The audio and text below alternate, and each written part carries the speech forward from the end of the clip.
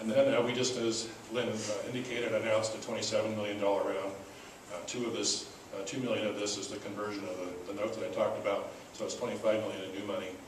A group of investors, sort of typical investors, writing a check for $1 million, quite a bit of variation on either side of that. So a very fairly large group of investors, over 20 now in the company, but many of them do know each other.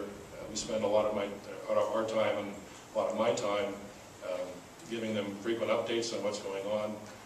But we've also had, I think, the pleasure and privilege of being handed some pretty good technology out of the academic institutions. And we've been able to take that quite rapidly towards clinical development. For this type of investor group, there's a lot of passion around seeing medicines in the clinic and doing a better job of treating patients. So our progress into becoming now a clinical phase company has, I think, been important for us to be able to raise this round. If we've been slowed down, hit substantial bumps along the way, which certainly can happen during lead optimization work with small molecule drugs, we might not have been as successful at raising this round of financing. So I guess that's really, like, summarizes it. I think the importance here of having passionate scientific founders and people early in the company with some wealth and money they're willing to invest to serve as a nucleus for raising other money would be a model for other companies to try to do the same kind of thing. There are pluses and minuses to where we sit today. It's not altogether obvious where our next money will come from, but we certainly are happy to be here, and we have quite a bit of time ahead, I think, to figure out what our exit strategy may be, if we have one, what type of additional financing that we will raise. We are seeking to partner an inflammation program, which is really our second program, where we've had some very good success preclinically, have now a compound we're about to advance into preclinical, late-stage preclinical development. That is an area that we think will also help bring in some corporate funding over time. We're starting down that path and having pretty good success in the early going of it. So those are my comments, I think, Lynn. Okay, thanks, Walter. So next we have Art Pappas, Managing Partner with Pappas Ventures. Art, you guys have a history of investing about half of your money into preclinical companies. Is that getting harder to maintain that percentage, what with pressure from limited partners to return cash, and the fact that biotech venture funds haven't performed particularly well as a whole? Yep, that's a real good question.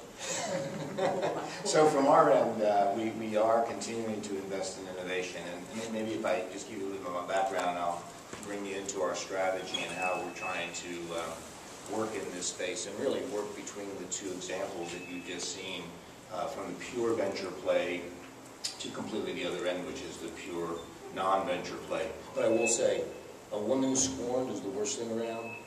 But I'll tell you, a millionaire that loses $100 3 times now, it's a tough one. But it's an interesting mix. So I spent 25 years in the pharmaceutical industry, and my last corporate position was running Glaxo's international operations, including research and manufacturing. Prior to that, I ran Abbott International's international commercial operations, and I've been involved in launching a lot of major products, also licensing in products, including clarithromycin, and then licensing it out for Abbott Laboratories, and doing similar things for Glaxo. When I left Glaxo, I saw an opportunity to work with small and medium-sized companies and kind of look at innovative approaches to help these companies go overseas and set up operations overseas or bring them into the United States where they didn't have the wherewithal to be able to do that. So we got into the business 17 years ago by doing project financing, or basically merchant banking type of work, where we would finance an affiliate of a small company and then take our exit out in a risk-sharing way back with the parent company. So one of our first companies was Quintiles, where we set them up in East Asia as the first CRO. We set them up in Singapore. We negotiated grants and licenses for them, and actually ran the company for them for a short period until they came in and started running their own operations. We did things similar with Cairo Science, ISIS, and a few other life science companies. And then Biochem Pharma, who were the innovators for 3TC, the anti-AIDS compound, asked us to look at different approaches to complement their medicinal chemistry platform and not compete with their medicinal chemistry platforms. This was in 1996, so we helped create the idea of setting up a tax-free vehicle in Canada, in Montreal, that would invest in genomics and gene therapy. So it was during that period when these ideas were really coming forward. The pharma companies were trying to get into it themselves, so it was we thought it was a unique opportunity for biochem pharma. So we set up a fund in Canada, it was $100 million, only to invest in those areas. And we became the quasi-general partner managing that fund for them in the United States, and then helping them set up an operation in Canada to do their own funds in the future. And then that gradually led us into developing our own proprietary funds, and today we're managing $350 million out of our fourth fund. We're based in Research Triangle Park, North Carolina, and we invest across the United States. Our strategy is to have about 70% of our investments in biopharmaceuticals, of which almost half of that is in preclinical types of assets. And I'll give you some examples of how those work out. And then the other 30% is in devices and diagnostics. So to Lynn's question, that percentage has come down. I mean, we used to be at 80, 85% in biopharmaceuticals, so we've risk mitigated our portfolio by doing more devices and diagnostics a little bit later stage in that regard. And within that percent that goes into pure biopharmaceuticals, we've come down quite a bit over the last, at least certainly the last two funds. Having said that, we are looking at different innovative financing structures to play around with, where we are looking for others to offset some of the risk, but compatible with their own objectives. So, for example, we work closely with Duke University, where they've got some strong translational medicine programs, and we try to work with them in a way that when they get something ready to be VC ready, something that's come through their whole program, they've got a good business plan, it may still be 18 months away from an IND filing. It's something that we can look at where there's some merit in it that we can move forward in that regard.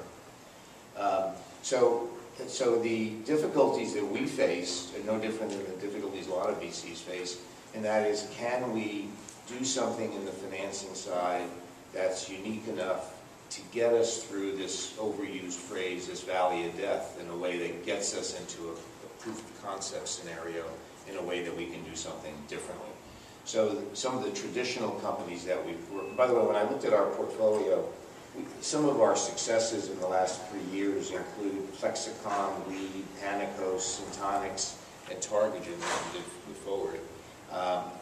All of them were really early stage, had their ups and downs, but we were able to successfully exit. And Plexicon, obviously, the most recent one, is probably the biggest return out of all of those.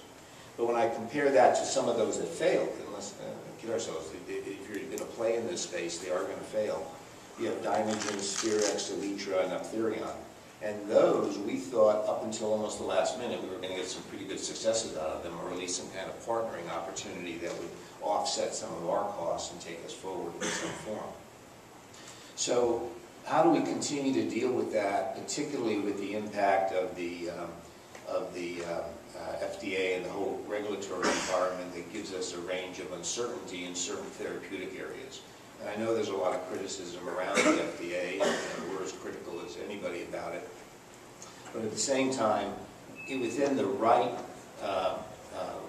therapeutic quadrants, you really do get good cooperation from the FDA. So one of our companies is Chimerix, still very early stage, but advancing very nicely in the clinic.